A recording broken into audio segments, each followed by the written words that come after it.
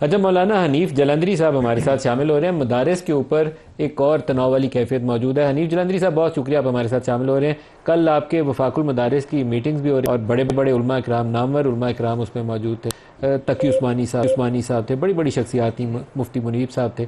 تو اب کیا صورتحال ہے؟ ابھی لیٹسٹ پوزیشن کیا ہے؟ حکومت کی طرف سے کچھ تجاویز بھی تھیں نئے مسودے کی شکل میں، علماء اکرام کو وہ منظور ہے یا نہیں منظور؟ بسم اللہ الرحمن الرحیم. السلام علیکم ورحمۃ اللہ وبرکاتہ. سب سے پہلے تو جناب کا بہت بہت شکریہ. اللہ تعالیٰ آپ کو جزائے خیر عطا فرمائے. بہت شکریہ. تنظیمات مدارس کا موقف یہ ہے کہ جو 26ویں آئینی ترمیم کے موقع پر مدارس رجسٹریشن کا ترمیمی بل متفقہ طور پر دونوں ایوانوں سے منظور ہوا ہے. یہ خود حکومت نے پیش کیا ہے. یہ ڈرافٹ بھی حکومت کا تھا، ہم نے اس کو قبول کیا تھا اور پیش بھی لا منسٹر نے کیا تھا، اور یہ 20 اکتوبر کو سینٹ سے اور 21 کو قومی اسمبلی سے پاس ہو گیا. 28 اکتوبر کو صدر پاکستان نے اس پر ایک اعتراض لگایا.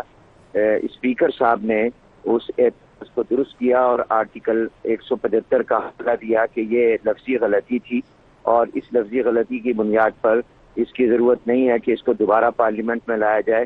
یہ میرے اختیار میں ہے اور میں نے یہ غلطی درست کر دی ہے.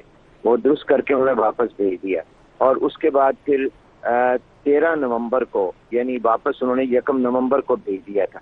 13 نومبر کو پھر صدر پاکستان نے مزید کچھ کہ وہ بجائے اسپیکر کو بھیجنے کے پارلیمانی امور کی وزارت کو بھیجا اور 10 دن کی مدت ختم ہو گئی تھی. اور اس کے بعد پھر پریزیڈنٹ صاحب کے پاس یہ اختیار نہیں تھا کہ وہ دوبارہ کوئی اعتراض لگائیں. وہ ایک مرتبہ میں، پہلی مرتبہ میں جو اعتراض لگا سکتے تھے انہوں نے لگایا، اور اسپیکر صاحب نے خود یہ کہا کہ اب میرے اس کے مطابق، میرے علم کے مطابق بھی اور قانون کے مطابق یہ اب ایکٹ بن چکا ہے اور اب اس کی ضرورت نہیں ہے کہ اس کو کسی اور اجلاس میں پیش کیا جائے. حنیف جلندری صاحب، یہاں تک تو بات ٹھیک ہو گئی کہ آپ چاہتے ہیں کہ وہ جو بل ہے اسی کو ایز اٹ از مانا جائے. حکومت کے اور صدر صاحب کے اعتراضات ہیں، اسی لیے انہوں نے نیا مسودہ آپ کو دیا تھا. تو نئے مسودے میں کیا بہت بڑی تبدیلی ہے جو آپ کو ناگوار گزری ہے یا اس کے اوپر کام ہو سکتا ہے؟ جی دیکھیے، میں عرض کرتا ہوں کہ ہمارا موقف تو یہ ہے کہ پارلیمنٹ کی بالادستی کا، جمہوری ادارے کے احترام کا اور آئین کا تقاضا یہ ہے کہ اس کا تو گزٹ کیا جائے، نوٹیفیکیشن کیا جائے، اس میں رکاوٹ نہ ڈالی جائے. اور اس کے بعد کیونکہ پارلیمنٹ بھی موجود ہے، ہم بھی موجود ہیں، کسی معقول بات سے ہمیں انکار نہیں ہے. اگر گورنمنٹ سمجھتی ہے کہ اس وقت موقع پر ہم کوئی مزید چیزیں بھی ہم شامل کرنا چاہ رہے تھے جو ہمارا ذہن میں نہیں آئی، اب آئی ہیں بعد میں، تو وہ ترمیم پر ہم سے بات چیت کر لیں. جب بھی چاہے گا ہم انشاءاللہ اس میں موجود ہوں گے، کیونکہ ہم نہیں چاہتے کہ ہمارے ملک کے استحکام میں یا امن میں کوئی خلل آئے. پاکستان پہلے ہی مسائلستان بن چکا ہے، تو ہم ہر وقت انشاءاللہ پاکستان کے مفاد کے لیے ہر بات پر بیٹھنے کو، سوچنے کو، تعاون کرنے کو تیار ہیں.